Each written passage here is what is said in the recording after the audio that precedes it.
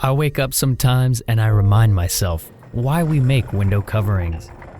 We rise and shine, prep the equipment, and get ready for the day. And I ask myself, why? It's a need to keep things going. Because down the road, someone will be depending on you. But the road is long, and you need to try. And that means effort. Every day, season after season. Yeah, there are going to be bumps in the road, and you will get tested. But it's not about your circumstances, it's about not quitting.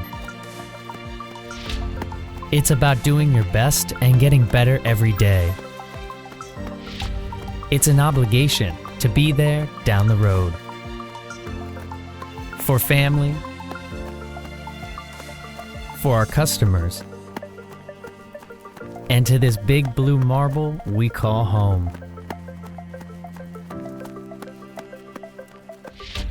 And that's what motivates us to do what we do. We are Norman.